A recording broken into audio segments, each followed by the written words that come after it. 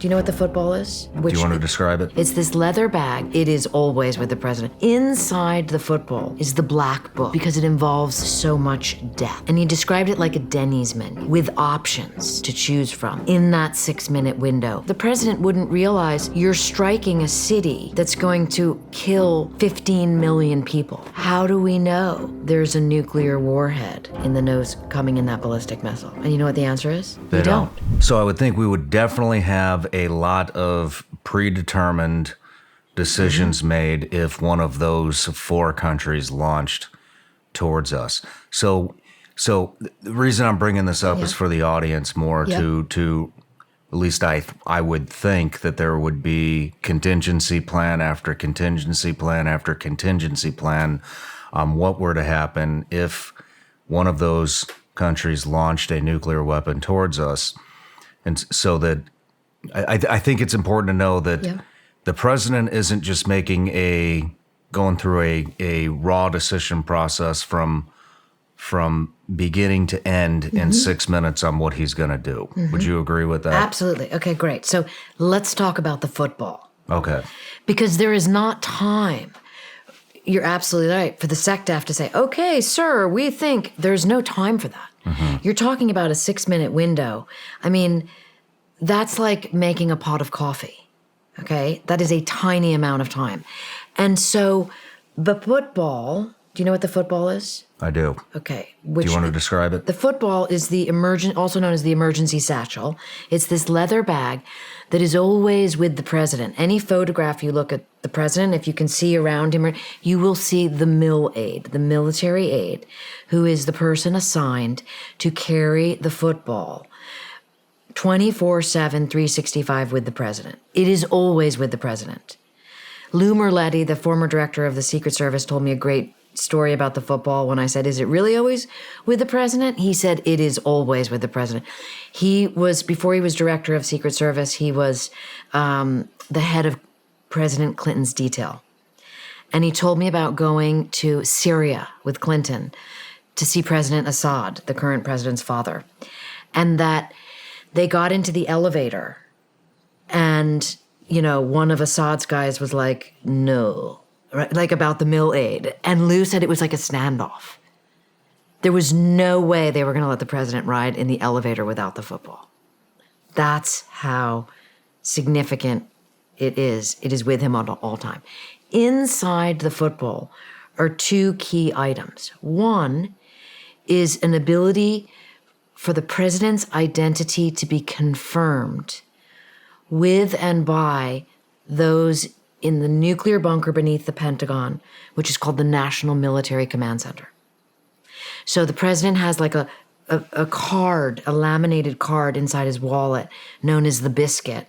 It has information on it, which matches up to the information in the football that is literally a call and response. It is a verbal call and response. This is not digital. This is not biometric. It's old school. And the other important item in the football is the black book. That's not its official name, but that's what it's called. And the classified historian at Los Alamos told me that the reason it's called the black book is because it involves so much death. The black book is another jealously guarded secret. What is in the black book? Almost no one that has seen the contents of it has spoken of it. Once, a mill aide referred to in an interview with Smithsonian Magazine, described the contents of the black book. And he described it like a Denny's menu, which gets us to how does the president choose his targets? So the countries that are perceived as enemies, nuclear-armed enemies, who might launch at us, are broken down into this Denny's menu type document with options for the president to choose from in that 6-minute window really fast. I interviewed for the book one person who has actually seen the contents of the black book. His name is Ted Postal, and he's the one with Richard Garwin who drew the map for me about the launch and the missile. And Postal in the 80s was the chief advisor to the Navy about nuclear missiles. That was his job in the 80s. And so he worked on some of the statistics, the information about potential targets. But what he told me was this very frightening story about the Black Book, which gets to your question about like the president making a decision. He said they would work on all these different scenarios. Kind of, let's consider the 82 missile scenario we're talking about, why you would get to that, how you would get to that, how you would determine where the CIA thinks North Korea's nuclear command and control centers may be. Operative word thinks, we have no real intelligence on them. And then Postal told me, and of course North Korea wasn't involved in the 80s because they didn't have nuclear weapons yet, but Postal told me that he had another experience, which was another day he was at the Pentagon, and he became privy to the Black Book, kind of like by accident. It was out, and he looked at it.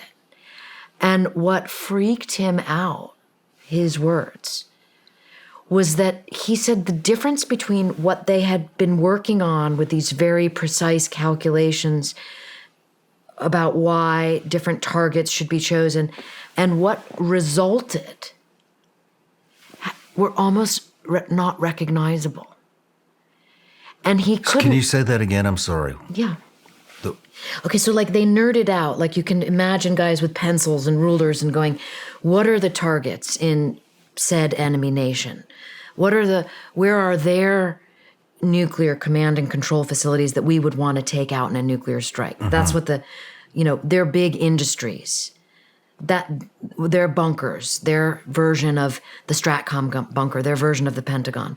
They kind of nerd out around all the details to pare down what the targets are and how many bombs you're going to put on a target, because you never put just one.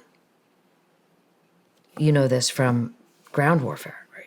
So, but what Postal said is when he went over to the Pentagon and was looking at the Black Book, the Denny's menu, if you will, that he was shocked. He actually said he was freaked out at the disconnect between them. In other words, they had just been reduced to option A, and there was not information. The president wouldn't realize you're striking a city that's going to kill 15 million people. Managing a household, especially with kids, is no small feat. I totally get it, and that's why I've made sure my family has a plan in place if something unexpected ever happens. But what about you? Do you have a plan to help protect your family's financial future? Don't worry. Fabric by Gerber Life can help. Fabric by Gerber Life is term life insurance you can get done today. Made for busy parents like you, all online, on your schedule, right from your couch. You could be covered in under 10 minutes with no health exam required. Fabric has flexible, high-quality policies that fit your family and your budget, like $1 million in coverage for less than $1 a day. Fabric also has free digital wills, tools to invest in your kids' future, and more, all right from your phone. Join the thousands of parents who trust Fabric to help protect their family. Apply today in just minutes at meetfabric.com/srclips. That's meetfabric.com/srclips. meetfabric.com/srclips. Policies issued by Western Southern Life Assurance Company, not available in certain states. Prices subject to underwriting and health questions. It's a playbook. And I got the sense it's numerical or alphanumerical. Again, that's classified information, but that's the sense I got. It's like A324B. I'm using that kind of as an analogy, but maybe even literally. So in other words, that is what they're not. The president doesn't go, okay, I'm going to hit, and they're not cities with humans. Look, I don't know anything about nuclear warfare. I'm a ground guy. Mm-hmm. That's it.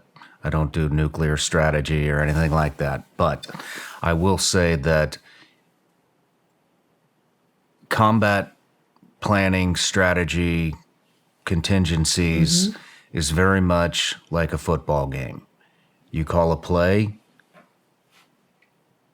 and nobody that has not been briefed understands what that play is. So if it's a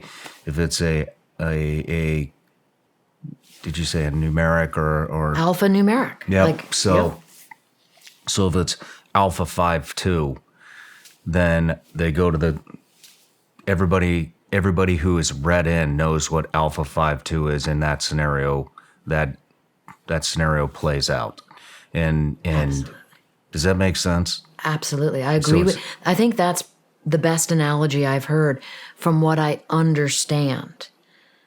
Now, I could be wrong because I haven't had anyone who's seen the contents of the Black Book tell me precisely they've only spoken in metaphor, because they can't. And very, very few people have seen it. Yeah. So it would be, I mean, I would imagine it would be very similar to a quarterback. When he calls a play, everybody on that team knows exactly what's going to happen, where they're going to go, what they're going to do, what route they're going to run, where the ball's going to land, and so in the Black Book on the Denny's menu, if he calls, Yes. Alpha 2-6, all the key players know what's going to be struck, where they're going to Yes. be, how long it's going to take to get there, what countries are going to, all of that is it's already been predetermined. It's a predetermined playbook of possible scenarios. And you're exactly probably right? And so then imagine this. The president says, well, what is Alpha 52, whatever the thing. And now the 6-minute window, the clock is ticking. Inside Stratcom, the bunker beneath Offutt Air Force Base, which is one of the three nuclear bunkers that are central to this in this moment in time as this is happening. There's one in Cheyenne Mountain, there's one beneath Offutt Air Force Base, and there's one at the Pentagon. And the president, wherever he may be, is trying to discern this Black Book. Mm-hmm. And he's being advised. So at Stratcom, there is an identical Black Book. It's in a safe. It gets the safe gets open, the Black Book gets taken out.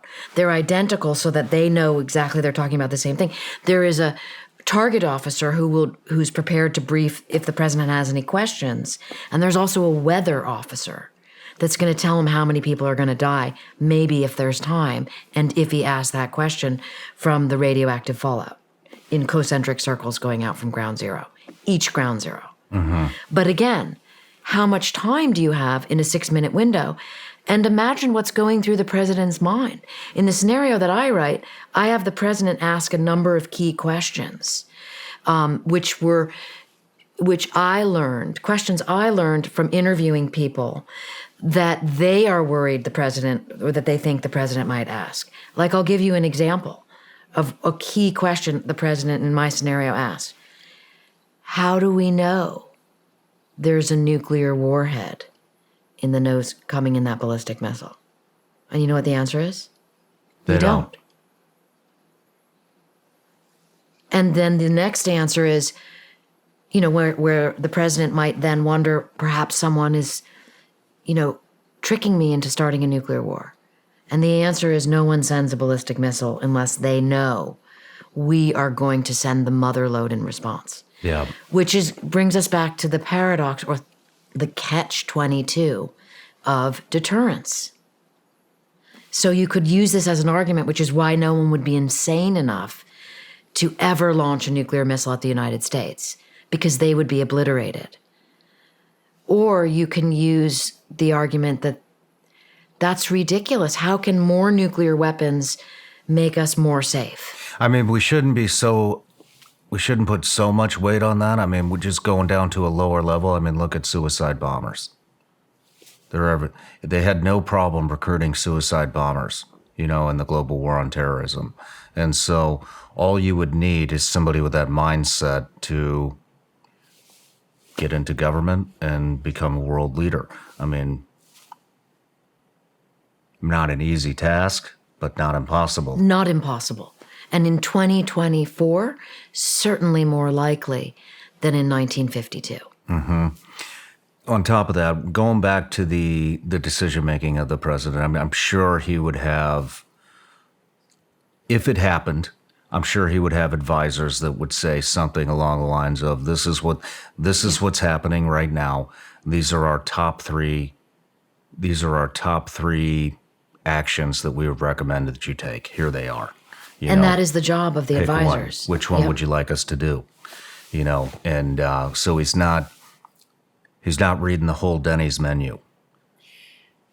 You're absolutely right. And so you also have to imagine what would be going through the president's mind, who, from what I understand, has not thought this through, has not been part of these wargaming scenarios, has been concerned with other issues, both domestic and abroad. Suddenly new to this, asking questions like, is this a test? And his advisors knowing it is not a test, and his advisors being much more aware of how this is going to end, meaning, having wargamed these situations out. But then you can learn about a concept, as I did, which is something called jamming the president, which is what is understood would happen at a moment like this, whereby the military advisors almost universally would be advising him to escalate to de-escalate, to hit them with an extraordinary amount of force. And that is a natural military mindset, particularly if you are attacked. You know this, right? And so in the scenario that I report, that's where things go awry because of some technological holes in the system. And that is why Russia gets involved. Interesting. No matter where you're watching Shawn Ryan Show from, if you get anything out of this, please like, comment, subscribe, and most importantly, share this everywhere you possibly can. And if you're feeling extra generous, please leave us a review on Apple and Spotify podcasts.